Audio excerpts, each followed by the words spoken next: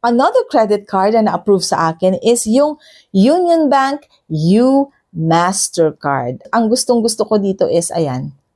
O, ayan o, makintab siya. Ang ganda ng kulay, o, diba? May tawag dyan eh.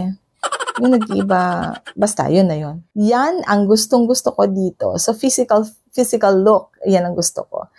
At ano pa, aside from the physical look ng Union U Mastercard, well, actually, tignan niyo siya. Simple lang, it's gray, pero naging maganda yung silver sa gitna na nag-iiba ang kulay. And then, meron din siyang Mastercard logo at the bottom.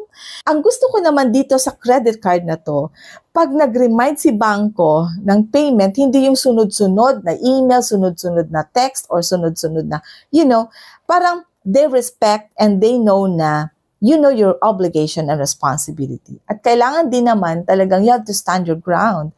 Kailangan din talagang panindigan mo na ikaw ay isang responsible credit card user. Kasi kapag hindi, nako sa susunod, hindi na i-increase yung credit limit mo.